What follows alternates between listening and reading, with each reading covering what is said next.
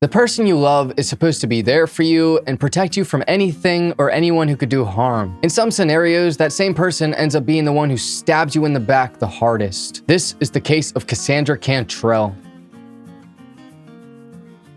Hello friend, and welcome back to High Time Crime. My name's Joel, and on here I specialize in true crime and making sure I never support SeaWorld. I love animals. But today we're looking at the case of Kassandra Cantrell, a loving pregnant woman who was murdered by her ex-boyfriend. Our story starts in Tacoma, Washington, which is about 32 miles southwest of Seattle and 31 miles northeast of the state capital, Olympia. As of 2020, it has a population of around 220,000 people, and it's the third largest city in the state. Locally, it's known as the City of Destiny, and it's also very close to Mount Rainier. Kassandra Marie Cantrell was born with her twin brother Robert on May 25th of 1987 to Jeff Cantrell and Marie Smith. Her childhood was spent blending reality and dreams, and she liked to go by Casey and was very creative. As a young girl, she loved horror films, scary stories, and things that typically went bump into the night. Her favorite holiday was Halloween. She was considered to be pretty strange and not your typical average person. Casey really liked gothic tales and vintage styles, and this followed her as she grew up to be an adult. She was very book smart and she loved reading, and she always found an adventure waiting for her. On July 16th of 2020, Casey would go to a doctor's appointment for a checkup,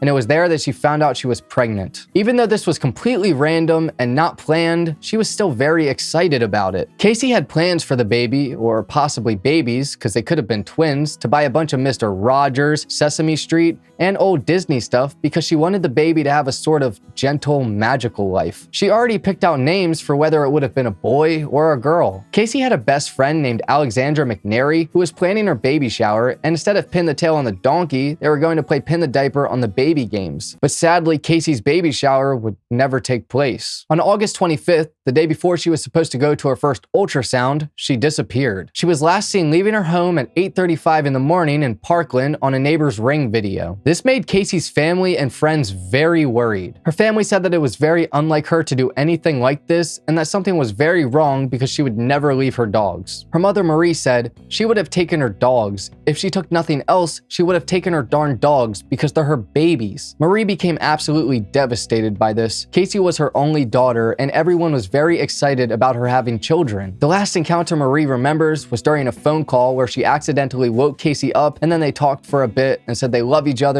and that was it. 2 days later, on August 27th, Casey's family would officially report her missing. One day after that, on August 28th, Casey's white Mazda 3 was found abandoned near an overpass in downtown Tacoma near the Tacoma Dome. The police found it with the key still inside, and Casey would have never been in that area, so immediately they knew something was very wrong. Casey's mother Marie immediately knew who she thought could have been responsible for this, and it was Casey's ex-boyfriend Colin Dudley. Colin was supposedly the father of Casey's baby. Marie said, I wouldn't have suspected him if he wasn't the father, but he's got a girlfriend.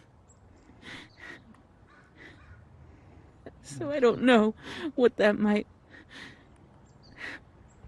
have triggered. The two met when Casey was 18 and Colin was 22 when she appeared in a local production of the Rocky Horror Picture Show. They immediately liked each other and dated on and off for the next 15 years. Investigators conducted a 2-day search in Point Defiance Park after they found out Casey's phone last pinged off a Vashon Island cell tower, which was very close, but it was either turned off or died. On August 31st, armed with a search warrant, police searched Colin Dudley's home for any clues about Casey's disappearance. Michael, no arrests at this point.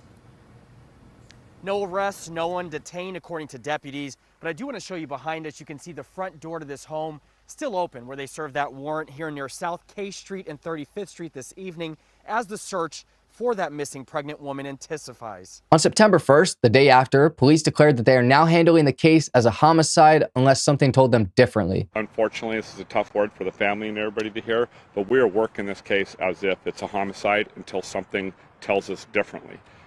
So we're not doing anything that we wouldn't do on a regular case that would be considered a homicide. And it's sad and it's unfortunate, but that's the way we're doing it. And hopefully, we get surprised and something's different. But at this point, we're going to continue to work it that way. This same day, FBI agents showed up to Colin Dudley's home to conduct another search of his house and cars. He claimed he had nothing to do with her disappearance and he wasn't in contact with her. Colin at the time was living with his current girlfriend Rebecca, and he was considered to be a jerk. Marie, Casey's mother, had said that Casey had ended things with Colin for a while, but during the pandemic they reconnected. Casey said she was seeing her ex every now and then because she was kind of lonely in quarantine, but she was keeping him hidden. Colin had made some alarming comments like, if a girl ever told him that he got her pregnant, he'd steal the baby and raise it to hate women. When Casey found out she was pregnant, she told her best friend Alexandra McNary that Colin was the father, and she was very nervous to tell him. Casey knew Colin didn't want any children, and he also had an anger problem. Casey ended up telling Colin anyway, and she told him that he didn't have to be involved, but she thought that he at least has the right to know. She also told him that he could give up parental rights, and she wouldn't ask him for child support. 2 weeks after this, Casey disappeared. When Casey's car was found abandoned, police had asked local businesses to see their surveillance videos to try and figure out what happened. Investigators saw a man walking from Casey's car to a nearby parking garage,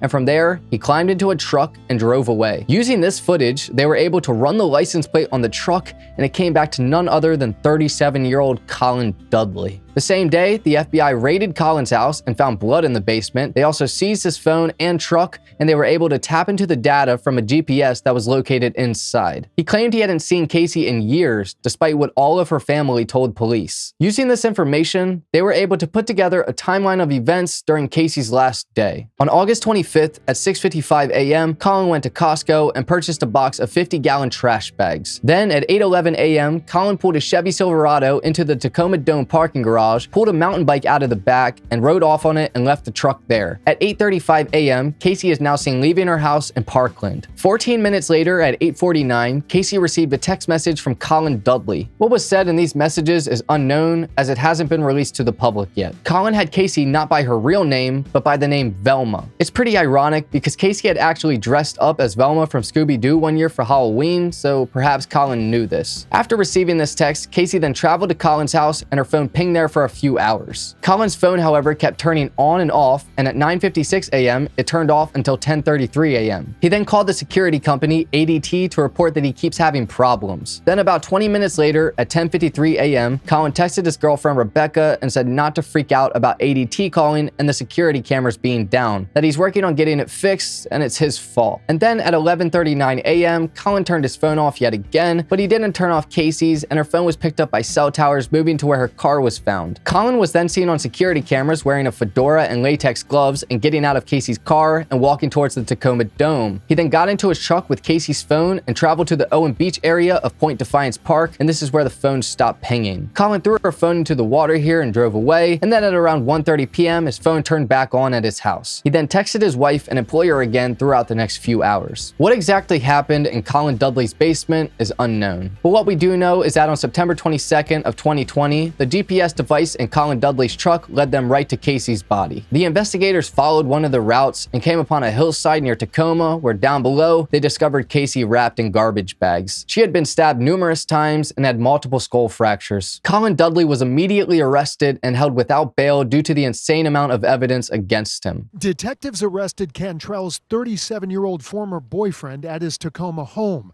Now, he'd been a suspect for weeks, and the FBI searched the house 2 weeks ago after detectives found surveillance.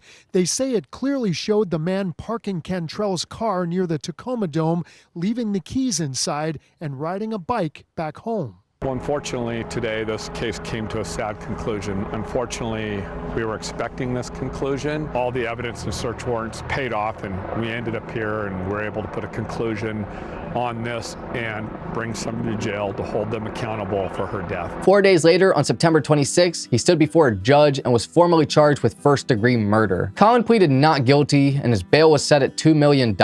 It's very obvious that Colin had planned this heinous act out and had planned to do it from the time that he woke up that morning. It's been nearly 2 years since this happened, and he hasn't officially gotten his day in court yet to get his sentencing. This is because of restrictions that were in place because of COVID, but his trial date's set for October of 2022. I hope Colin Dudley gets life life without parole and has to look at a wall for the rest of his life replaying what he did over and over again. Casey was a sweet girl who did nothing but love everyone around her and spread positivity and joy wherever she went. She got caught up with the wrong guy many years before, and he ended up being the worst thing that ever happened to her. I hope that she's resting peacefully and that justice can be brought to her killer. But anyways, thank you for watching this episode of High Time Crime. If true crime is your thing, then please subscribe and hit the like button because that's all we do. I just want to say I have another account with my brother Noah named Horrifying where we tell stories about everything paranormal. This includes true crime, mysteries, and things that are just downright spooky. I'd greatly appreciate if you subscribe to that too because you definitely enjoy it. The link's in my bio. I hope you have a great rest of your day. Take care, friend.